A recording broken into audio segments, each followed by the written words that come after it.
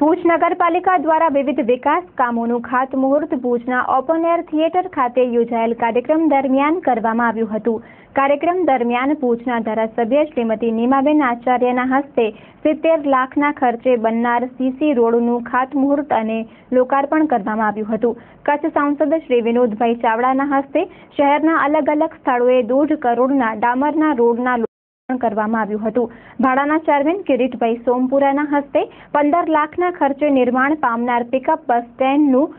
કરવામાં આવ્યું હતું। આ પ્રસંગે સુધરાઈના અધ્યક્ષા હેમલતાબેન ગોર, શાસક પક્ષના નેતા બાપાલાલભાઈ જાડેજા, દેવરાજભાઈ ગઢવી, જયંત ઠક્કર, રાજેશ ગોર, દિલીપભાઈ શાહ સહિતના નગરસેવકો અને મોટી સંખ્યામાં લોકો ઉપસ્થિત રહ્યા હતા। આ કાર્યક્રમમાં ગુજરાત મ્યુનિસિપલ ફાઇનાન્સ બોર્ડની ગ્રાન્ટમાંથી 3 જગ્યામાં સીસી રોડ બનાવવામાં આવશે, જેમાં અંજલીનગર, ભુવાની શેરી, દેવરાજ માધવાવાડી શેરી વગેરે વિસ્તારોમાં સીસી રોડના કામો થશે, જ્યારે city bus pickup stand Ashapura school પાસે, જીઆઈડીસી વિસ્તાર પાસે, Hiraninagar gate, Jaynagar gate, Kutch university પાસે, પ્રમુખ સ્વામીનગર, સહયોગનગર, લાયન્સ હોસ્પિટલ પાસે તથા રાવલવાડી રિલોકેશન સાઇટ વગેરે સહિત 10 વિસ્તારોમાં સિટી બસ સ્ટોપ બનાવાશે। આ પ્રસંગે કચ્છ સાંસદ શ્રી વિનોદભાઈ ચાવડાએ શહેરના વિવિધ વિકાસ કામોને ખુલ્લું મૂકતા શહેર લોકોને વિવિધ કાર્યોની ભેટ આપી હતી। તેઓએ ચંચળ ન્યૂઝ સાથે વાત કરતા જણાવ્યું હતું કે આ પ્રકારના વિવિધ વિકાસ કામોથી જનતાની સુવિધામાં વધારો થશે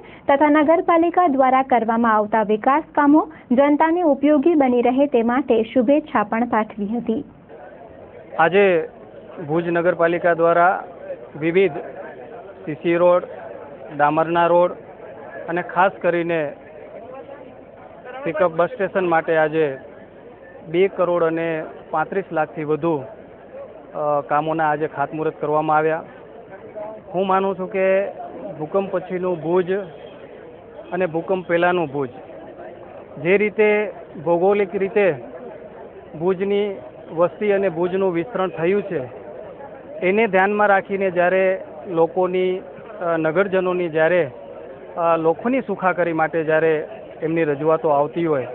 ત્યારે સ્વાભાવિકપણે નગરપાલિકા અને સરકાર દ્વારા જે છે વિકાસના કાર્યો અવિરતપણે ચાલુ રહેતા હોય છે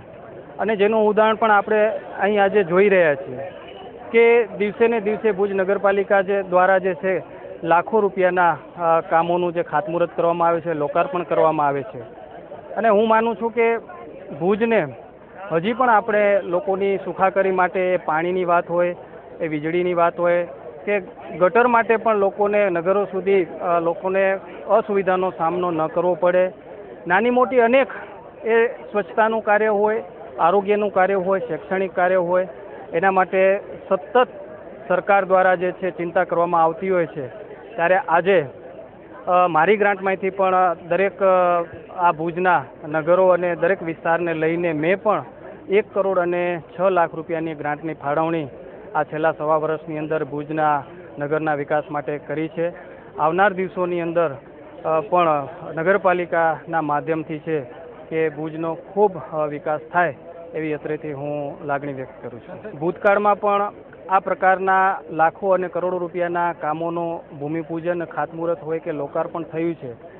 અને ભુજમાં આપણે કર્યા પણ છે। ગટરની યોજના હોય કે લાખો કરોડો રૂપિયાના ખર્ચે ભુજ માટે ગટરની પણ આપણે યોજના સરકાર દ્વારા અમલમાં મૂકવામાં આવી, પાણી યોજના પણ અમલમાં મૂકવામાં આવી। એ પછી આપણે ભુજિયાના તળેટી ઉપર સ્મૃતિવન અને ભુજિયાને કઈ રીતે આપણે ટુરિઝમ ક્ષેત્રે વિકાસ કરવાની વાત હોય, હમીસર તળાવને પણ આપણે જે છે કે ટુરિઝમ ક્ષેત્રે છે કે એને પણ કઈ રીતે આપણે ડેવલપ કરી શકીએ। એટલે સરકાર દ્વારા અને નગરપાલિકા દ્વારા વારંવાર આ પ્રકારના કામો થતા રહે છે।